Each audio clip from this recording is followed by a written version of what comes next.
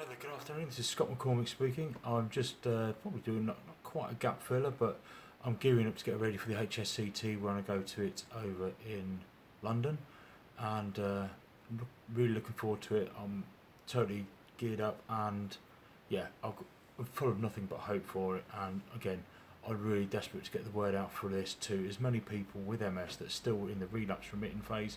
If we can get it down to you guys before it progresses into the progressive, obviously, then we can get this done. It really needs to be done. It needs to be pushed out there as much as we possibly can. Keep saying it, but yeah, probably a brief overview on my story with it, I suppose.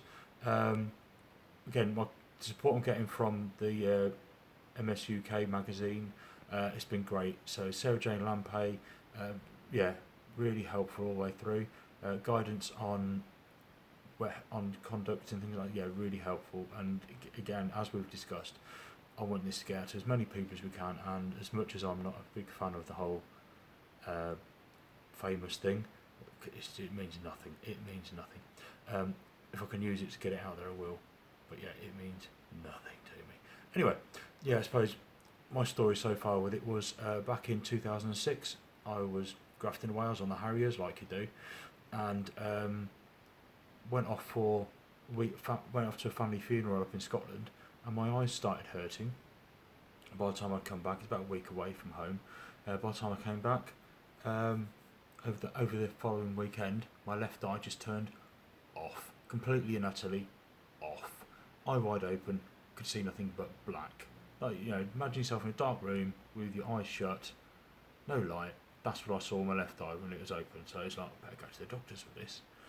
So I went to, obviously, my MO, because I was in the Air Force, and I thought, wow, we've got someone who's proper poorly here. So phoned up the Peterborough, went to the hospital, referred me to a neurologist, and eventually got myself onto an MRI.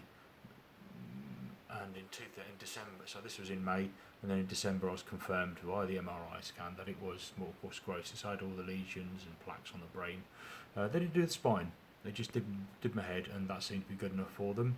So that's what it was, and it sat there, and that gave me beta interferons. And to say that I was a textbook case of every single negative symptom was an understatement. I stayed working on the aircraft again for another 18 months after this. Really hard work, but I was still capable, and I was still doing it. And that was a fight, a daily fight. That was. And yeah, I like to think I won every day, but eventually my right eye played up, and I can't have that affecting. You only need to miss one thing, and these things fall out of the sky. Military aircraft, any aircraft falls out of the sky, people die. It was the hardest second decision that I ever made. I cried my eyes out. I worked really hard my whole career to get myself into a position where I was respected, and yeah, it broke my heart to say that. It really broke my heart. I cried, and I really cried. I've only cried when the boys have been born, and that was the only other time I've cried, I think, in my life. But yeah, we have to get over these things, don't we? Yeah, just brief on the background. I'm in Isaac's bedroom, so he's going to have kittens about this. So look, yeah, there you go. So obviously got Nirvana in the background, some of his artwork. Sort of swing around. He likes Crocs. Check that out. Dude likes his Crocs. His most important band ever, the Beatles, which we know and love. And he says, yeah, they are the most important band.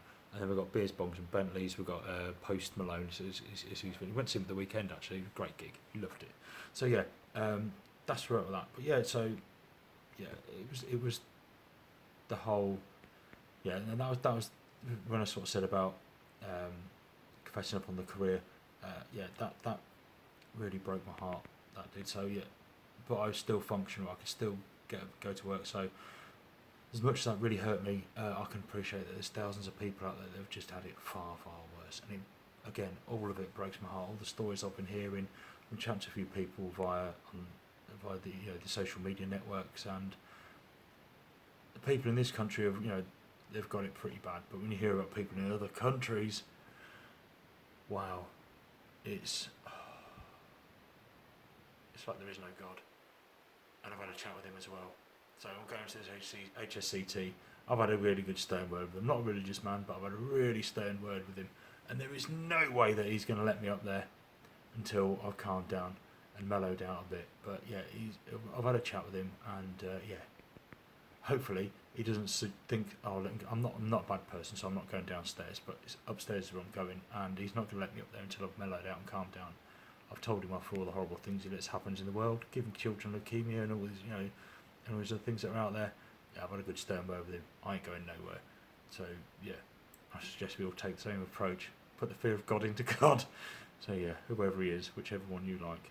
So yeah, stay posted. Next time I'll send one of these blogs. Hopefully it's going to be going into the first stage of my HSCT.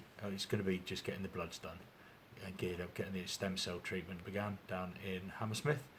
And yeah, so I'll be sending you another one of them, just some going in and just some coming out from it. And probably I might do one or two when I'm actually in there. It's really quite interesting to see me hooked up and plugged into God knows what, having all the magic jungle juice coursing through my veins. Then George is going to come with me. She's going to show me how to. They're going to show her, because my hands are so bad at the moment. They're going to be showing her to how to do the injections for me, in case I can't do them. I'm sure I will, because I'm a stubborn git and I've been reliant on that for a long time. So yeah, hopefully next one's going to be a bit more humorous, I think, but rather than me sort of sobbing about, poor me. But yeah, like I said, if you've got any questions as well, please find me on Twitter. You can DM me the questions. I am Gogglebeard. Find me on Scott McCormick, will probably be attached to it, and there's a bloke with a big beard, curiously, sat there with a big dog on the sofa. It looks very ponderous picture, but we're both looking out, trying to see if anyone's trying to nick the bricks in the garden. That's what we were doing at the time, although it's quite a romantical picture, apparently. But yeah, see you soon. Bye bye.